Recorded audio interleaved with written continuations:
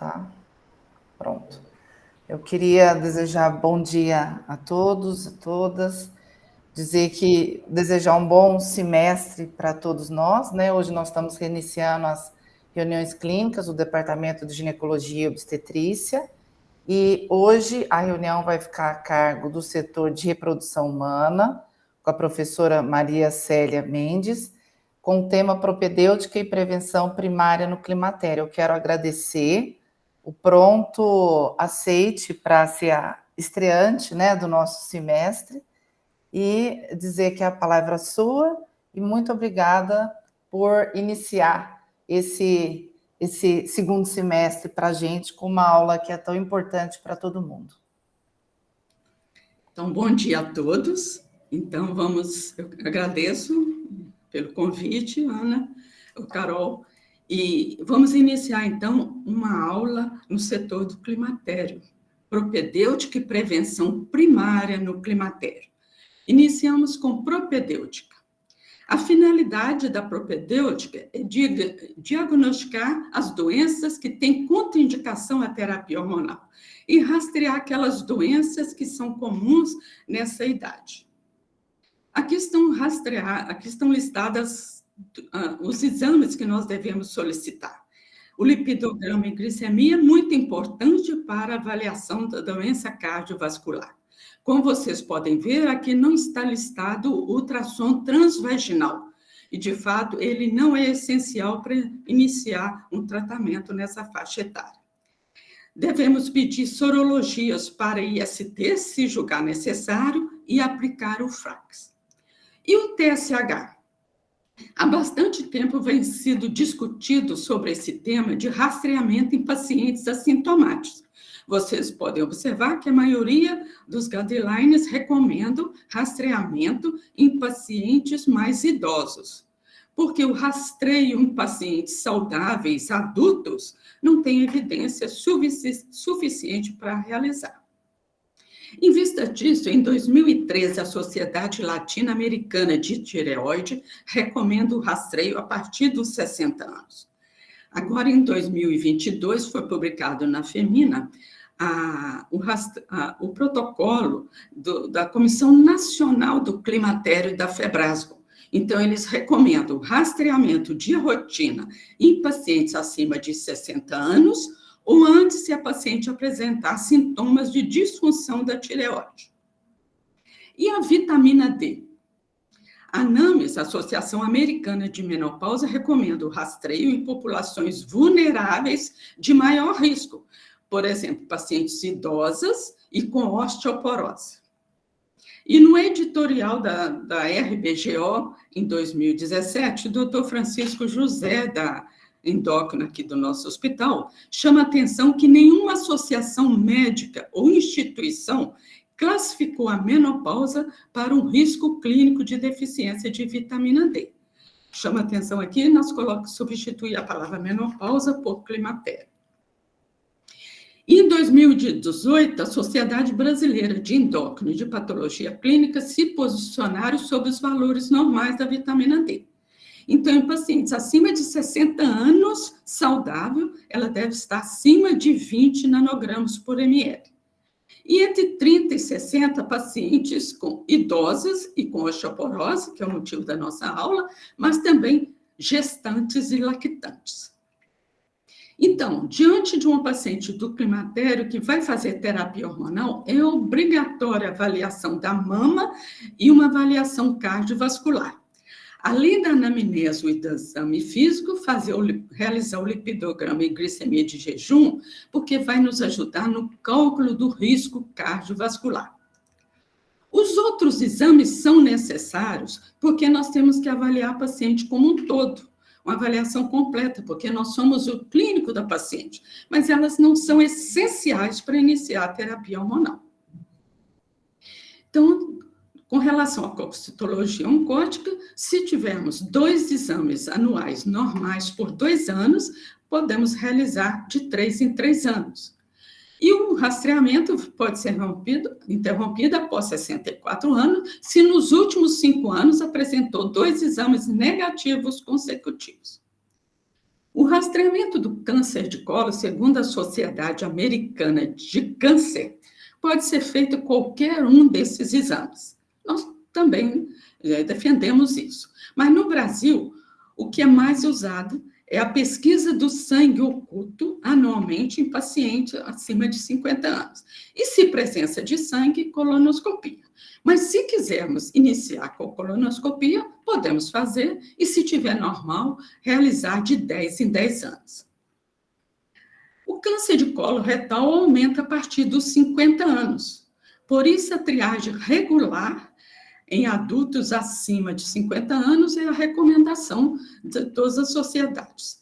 Mas nos Estados Unidos, eles observaram que em algumas regiões dos Estados Unidos, o câncer tem aumentado em pacientes com menos de 50 anos. Então, nesses estados, eles podem realizar a triagem a partir de 45 anos. Até quando realizar este exame? Uma paciente saudável, com expectativa de vida maior que 10 anos, fazer a triagem até 75 anos. No Brasil, nós observamos que os estados onde tem maior incidência de câncer de colo retal são os 3 estados da região sudeste, 2 da região sul e Sergipe.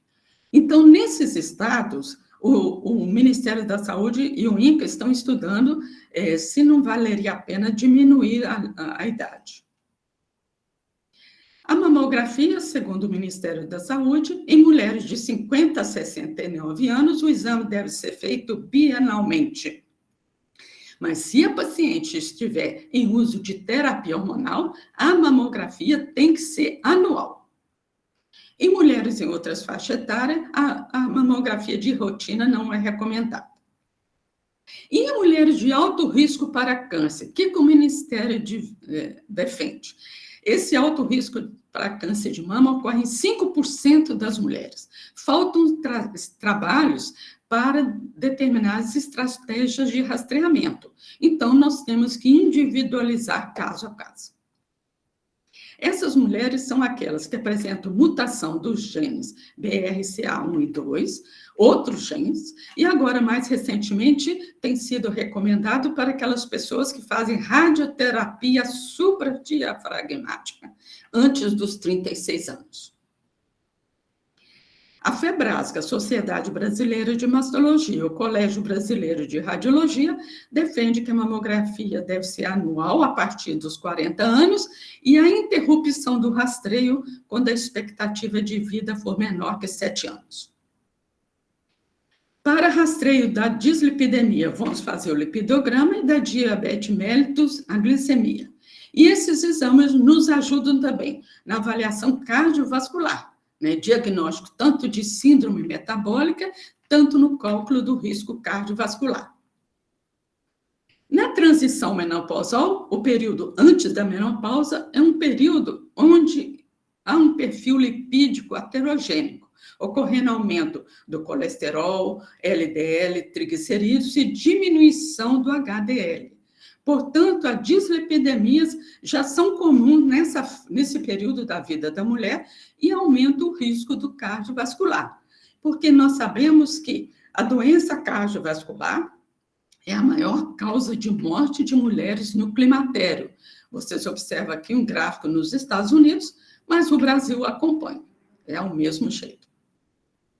Então, na avaliação cardiovascular, além da anamnese, vamos calcular o IMC, medir a circunferência abdominal, fazer a ausculta cardíaca, olhar a PA e o pulso. Portanto, o ginecologista tem que carregar o seu esteto. E solicitar glicemia e lipidograma. O nível-alvo do perfil lipídico já é bem conhecido. Lembrar que, quando é sem jejum, a linha de corte dos triglicerídeos aumenta. A partir desses dados, calcula-se o LDL. Só para recordar, como calcula o LDL? Então, a partir da fórmula do colesterol, o VLDL é triglicerídeos sobre 5, nós calculamos o LDL. E qual que é o nível-alvo do LDL? Depende da categoria de risco cardiovascular. Então, por exemplo, se a paciente tem um risco cardiovascular baixo, o nível-alvo do LDL é menor que 130, mas se for muito alto, vocês podem ver, é menor que 50. Nós podemos avaliar esses 5 itens para avaliar se a paciente tem síndrome metabólica. Então, se a paciente apresentar alteração em 3 deles, ela tem síndrome metabólica. O cálculo de risco cardiovascular vai calcular a estimativa de risco nos próximos 10 anos para apresentar a doença. Podemos usar o Fleming ou a calculadora de estratificação de risco cardiovascular. Esse critério é aprovado e recomendado pela Sociedade Brasileira de Cardiologia, Diabetes e Endocrinologia. E nós podemos baixar o aplicativo gratuitamente na internet. Então, nós vamos responder as perguntas, vamos preencher esses dados, e aí calcula-se o diagnóstico e faz a proposta de tratamento. Em 2020, a Sociedade Europeia de Menopausa e Andropausa recomenda um algoritmo, aqui uma recomendação, né? Calcula o risco cardiovascular, o perfil lipídico, e a partir daí vamos fazer propostas de tratamento. Por exemplo, se tiver muito alto risco, vamos evitar terapia hormonal. O alto risco já tem que avaliar caso a caso. O risco moderado, vão fazer estrógeno transdérmico. E o baixo risco, vão fazer terapia oral. Mas se os triglicerídeos estiver aumentado, fazer transdérmico. Outro exame é a densitometria óssea, que deve ser feita em todos os pacientes a partir de 65 anos. Antes disso, se tiver fator de risco para osteoporose ou for uma indicação pelo FRAX.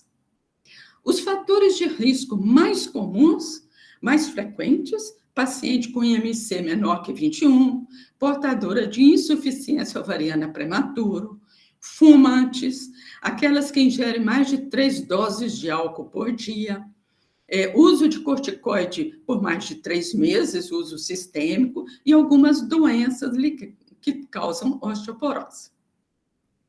Então, nós vamos usar nessa avaliação da densidade mineral óssea, o DEXA, avaliando coluna lombar e fêmur proximal. O antebraço fica para quando não é possível avaliar essas 2 regiões. Na hora que nós recebemos os resultados, nós devemos avaliar as imagens para ver se elas foram bem feitas. Então, por exemplo, olha, nós temos aqui o colo, o fêmur, que tem o trocânter menor. Esse trocânter menor, ele não deve aparecer no exame. Por isso que se pede a paciente para fazer uma rotação medial do pé. Em seguida, coloca-se um retângulo no colo do fêmur. E ele não deve pegar outras áreas ósseas. Então, vocês podem ver aqui, quando ele vai pegar outras áreas ósseas, tira essa parte óssea da avaliação. E aí nós vamos ter a densidade mineral óssea, o T-score e o Z-score. Na avaliação da imagem da coluna lombar, nós temos que ver se de fato é a coluna lombar. Então, nós temos aqui, por exemplo, que a paciente, essa aqui é a primeira lombar, porque a gente está vendo aqui a 12ª costela. Nós temos que ver se a imagem está retificada. Então, o processo espinhoso forma essa linha esbranquiçada no centro. Temos que ver se está alinhada. E essas linhas verticais, horizontais, elas têm que ser colocadas nos discos intervertebrais. A partir daí, vai ser liberada a densidade mineral óssea, o T-score e o Z-score, das 4 vértebras. E o próprio aparelho vai fazer a média. Aqui nós temos que ver que quando há uma diferença grande, maior ou igual a 1 ponto entre uma vértebra e outra, retira-se a melhor vértebra.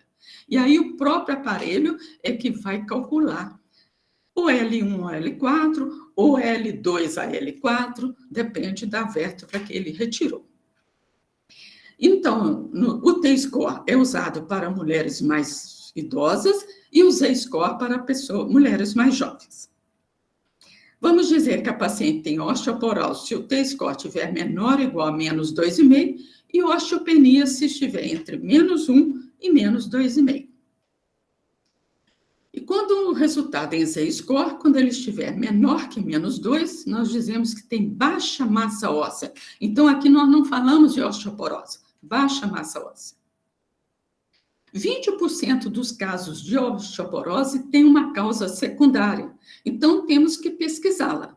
E aqui estão listadas as principais.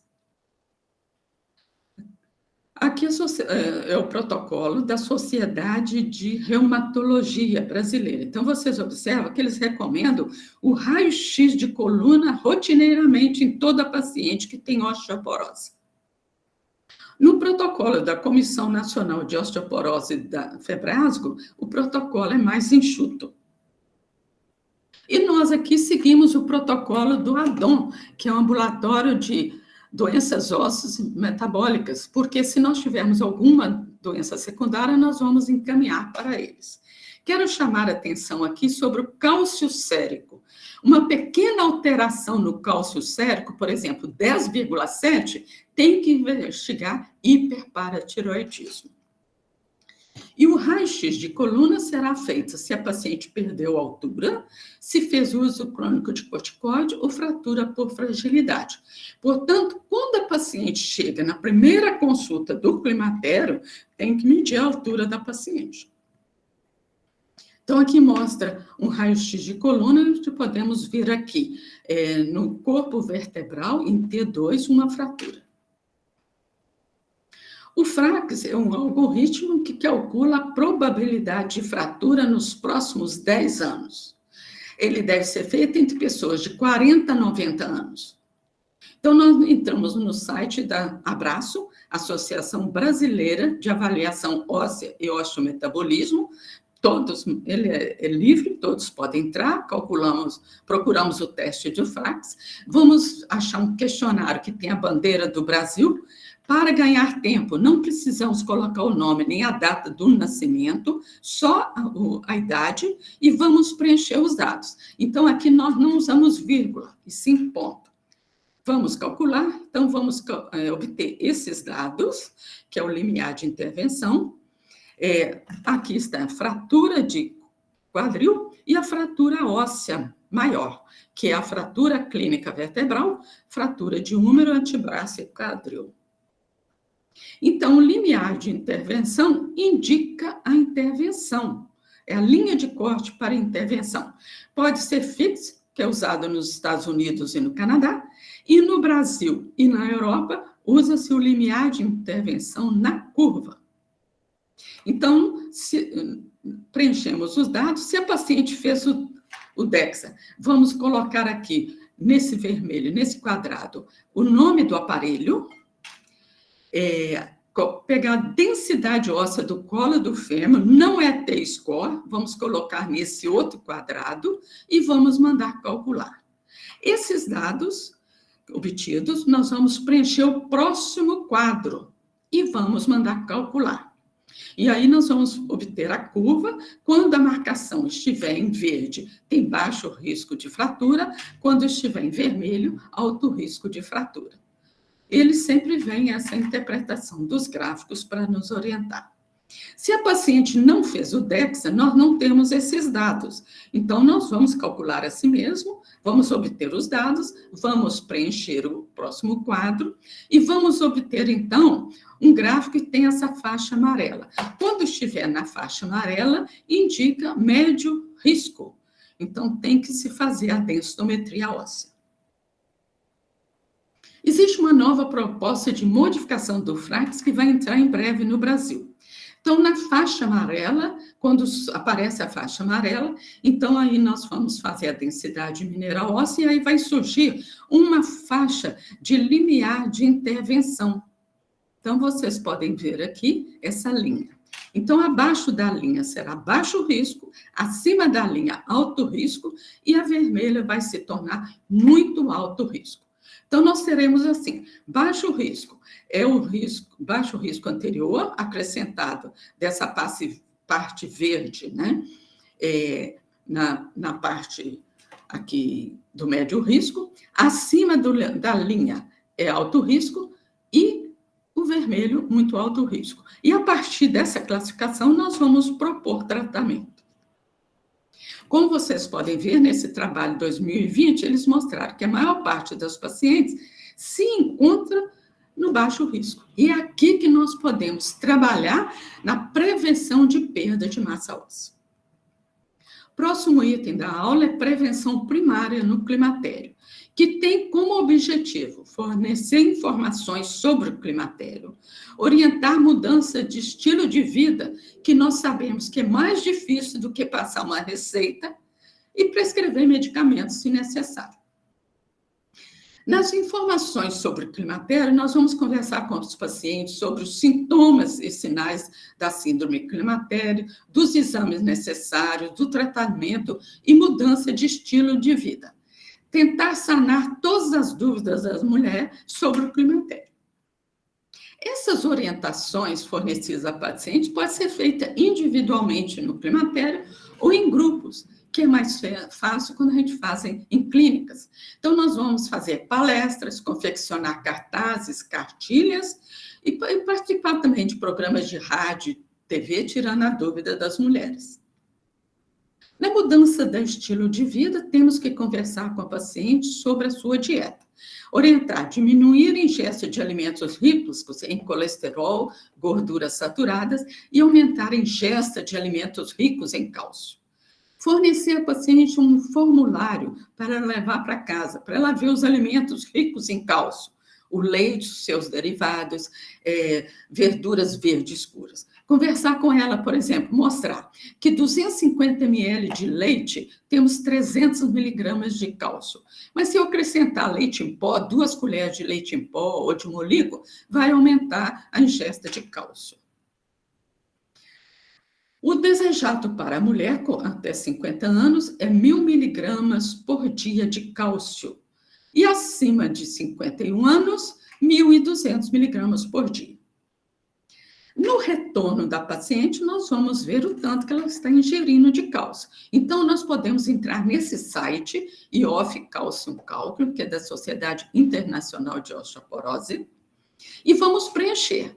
Ele tem uma lista imensa de alimentos, e aí a paciente vai vendo quais os que ela ingere. No final, mandamos calcular a ingesta de cálcio, aí nós sabemos perfeitamente o tanto de cálcio que essa paciente ingere. Se ela não ingere a quantidade suficiente de cálcio, então nós vamos complementar com carbonato de cálcio, que tem 40% do cálcio elementar. Então, 1.250 miligramas corresponde a 500 miligramas de cálcio. Iniciar com um comprimido após a refeição e não associar outros medicamentos juntos. Se a paciente apresentar intolerância, podemos usar o citrato de cálcio, mas ele só tem 21% do cálcio elementar. Então, aí precisaria de usar muita medicação e é também mais caro. Orientar a paciente o exercício físico regular, atividade moderada ou atividade vigorosa para a prevenção da doença cardiovascular e osteoporose. Para a perda de peso, ela precisa de mais tempo de exercício físico. Para a prevenção de osteoporose, temos que orientar a paciente que tem que fazer um exercício que cause impacto no osso, por exemplo, caminhada. Mas só a caminhada não é suficiente, porque ela tem pouco ou nenhum efeito sobre a massa muscular, a força, o equilíbrio e o risco de fratura. Então, nessa publicação da Sociedade Americana de Ginecologia e Obstetrícia, eles recomendam atividade física aeróbica de rotina, de impacto moderado e alto, e exercícios de fortalecimento muscular ou exercícios contra a resistência. Devemos orientar a paciente às atividades físicas do cotidiano, subir escada, ir a pé para o trabalho, para a padaria, levar o seu carrinho de compra até um lugar próprio no supermercado. E isso nós estamos aumentando a atividade física no dia a dia. Orientar o paciente para tomar luz solar, que é fonte de vitamina D, entre 10 às 16 horas, 15 minutos, 3 vezes por semana, sem protetor solar. Se não for possível, vamos repor vitamina D. Pacientes a partir de 50 anos recomenda 1.000 unidades por dia ou 7.000 por semana. Incentivar a paciente a perda de peso. Explicar para a paciente que a obesidade aumenta o risco de doença coronariana em 3 vezes. Que a obesidade androgênica, que é o acúmulo de gordura na região central do tronco, também é um fator de risco cardiovascular.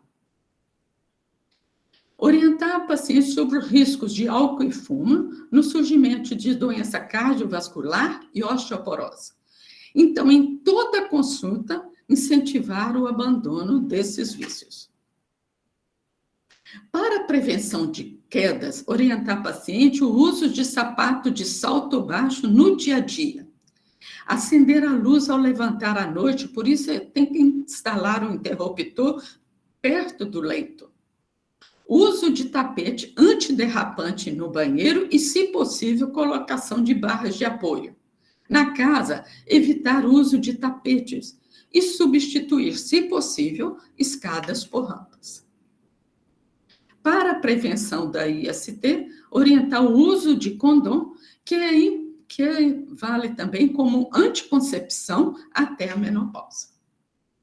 Conversar com a paciente sobre vacinação. Podemos entrar no site do governo federal ou estadual e ver as recomendações de vacina para adulto e idoso.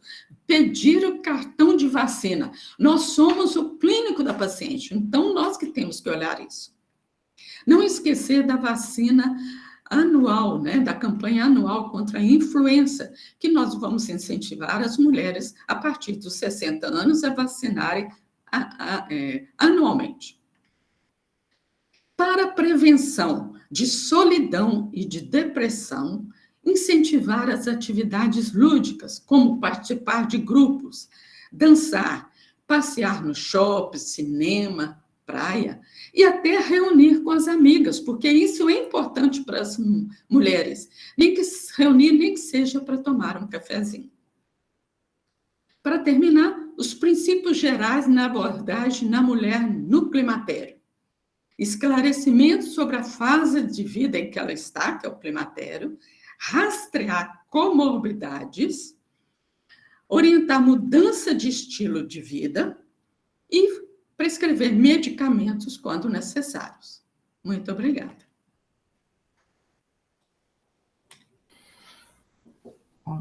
Obrigada, Maria Célia, pela brilhante aula, acho que ficou bem